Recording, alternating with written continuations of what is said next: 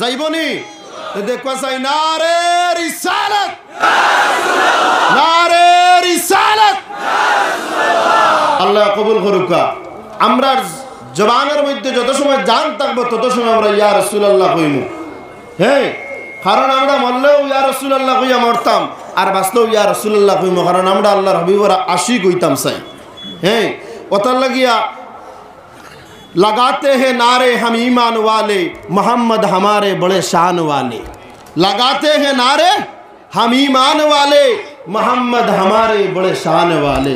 ওদিকে আমরা নারা লাগাই আল্লাহর হাবিবর। আমরা জমিনের কোনো মানুষের গুলামি করি না, আমরা গুলামি করি মদিনাওয়ালার।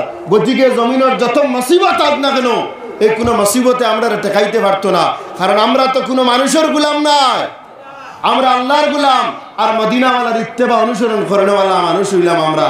গতিকে আমরা কোনো চিন্তার কারণ নাই। অনেক মুসিবত হল আইব সামনে, আমরা শুধু সবর করতাম। রাজি আসিনি? কোনো উশৃঙ্খলা মুসলমানে আগেও চাইছুন না, এখনও চাইন না, বাদেও চাইতা না।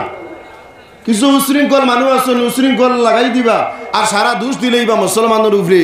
গতিকে আমরা দোষী হইতাম চাই না। আমরা জায়গায় জায়গায় দোষী যে সময় আমরা বানানি হয়ে যেত চাইব, ওই সময় আমরা এই উশৃঙ্খলার স্থান থেকে আমরা বারোই আই যেতাম।